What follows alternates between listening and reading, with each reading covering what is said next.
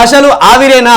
Tunnel ప్రమాదం జరిగి 5 రోజులు, ఇప్పటికీ లభించని కార్మికుల ఆచూకీ, పూర్తిగా మూసుకుపోయిన సొరంగం, ముందుకు సాగని సహాయ చర్యలు.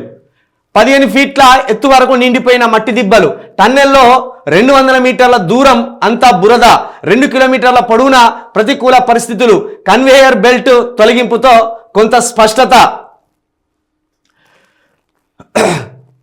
నాగర్ కర్నూలు జిల్లా దోమలపేట వద్ద ఎస్ఎల్బీసీ సొరంగంలో పరిస్థితి అత్యంత భయానకంగా ఉంది.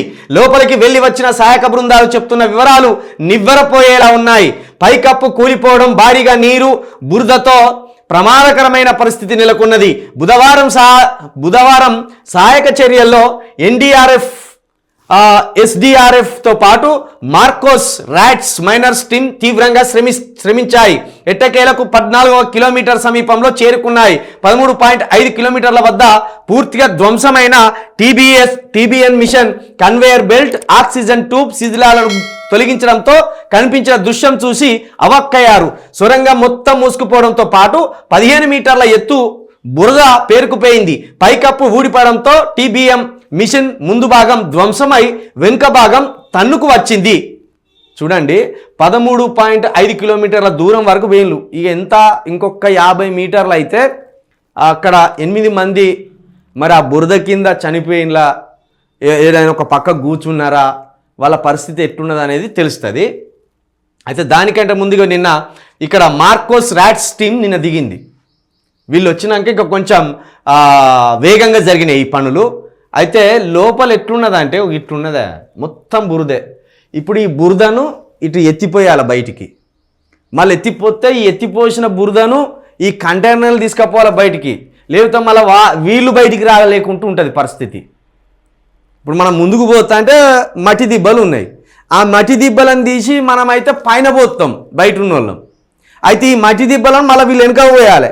ఈ వెనుక పోసిన మట్టి దిబ్బలను మళ్ళీ ఒక కంటైనర్ వచ్చి తీసుకొని పోవాలి. అట్లా అలాంటి పనులు జరుగుతాయి. ఇంతున్నది, ఈ మనిషి అటే పోలేడు అసలు. శ్రీశైలం ఎడమగట్టు కాల్వ సొరంగంలో మట్టి దిబ్బలు కూలిపడి పూర్తిగా మూసుకుపోయిన టన్నెల్ ప్రధాన మార్గం ఇది. ప్రధాన మార్గమే మూసుకుపోయింది. ప్రధాన మార్గమే మూసుకుపోయినాక ఈ మట్టి దిబ్బలు మొత్తం మళ్ళా తోడి ఇటు పక్కకు పోతే, వీటిని ఎత్తుకపోతే ఇంత భయంకరమైన పరిస్థితిలో ఉన్నదా ఎస్ఎల్బీసీ. పూడిక ప్రాంతాన్ని దాటుకొని లోపలికి వెళ్లే మార్గం కోసం అన్వేషిస్తున్న సహాయ బృందాల సభ్యులు చాలా రిస్క్ చేస్తానులే వీళ్ళు. ఈ లోపలికి పోయినోళ్ళు కూడా ప్రమాదంలో ఏ సమయంలో ప్రమాదాలు పడతారో తెలియని పరిస్థితి. ఎందుకంటే ఈ గోడలు ఎటు ముట్టుకుంటే ఏ పిచ్చులు ఊడి మీద పడతాయో తెలియదు, ఏ గోడ కూలి వాళ్ళ మీద పడుతుందో తెలియదు. అంత భయానకమైన పరిస్థితి ఉంది. కేసీఆర్ ఎంత బాగా వివరించింది ఆ ప్రాజెక్ట్ని. కనీసం వెంటిలేషన్ రావడానికి కూడా ఎక్కడ పెట్టలేదట. మరి కట్టిన ఇంజనీర్ ఎవరు? ఇలాంటి ప్రాజెక్ట్ అది గట్లున్నది.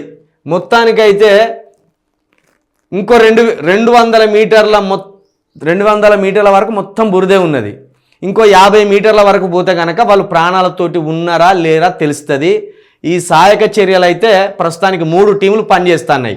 ఎన్డీఆర్ఎఫ్ టీం ఒకటి, ఎస్డీఆర్ఎఫ్ టీంతో పాటు మార్కర్స్ ర్యాట్ మైనర్స్ అనే టీం దిగింది నిన్న. ఇది కొంచెం ఇంకా వీటి వేగం ఇంకా కొంచెం ఎక్కువ ఉంటుంది. వీటి వేగం ఆపరేషన్ చేయడంలో మార్కస్ ర్యాటర్స్ టీం చాలా వేగంగా ఉంటుంది. ఈ 3 టీముల వల్ల వాళ్ళు మరి 8 మంది బతికి బయటపడితే బాగుంటుంది.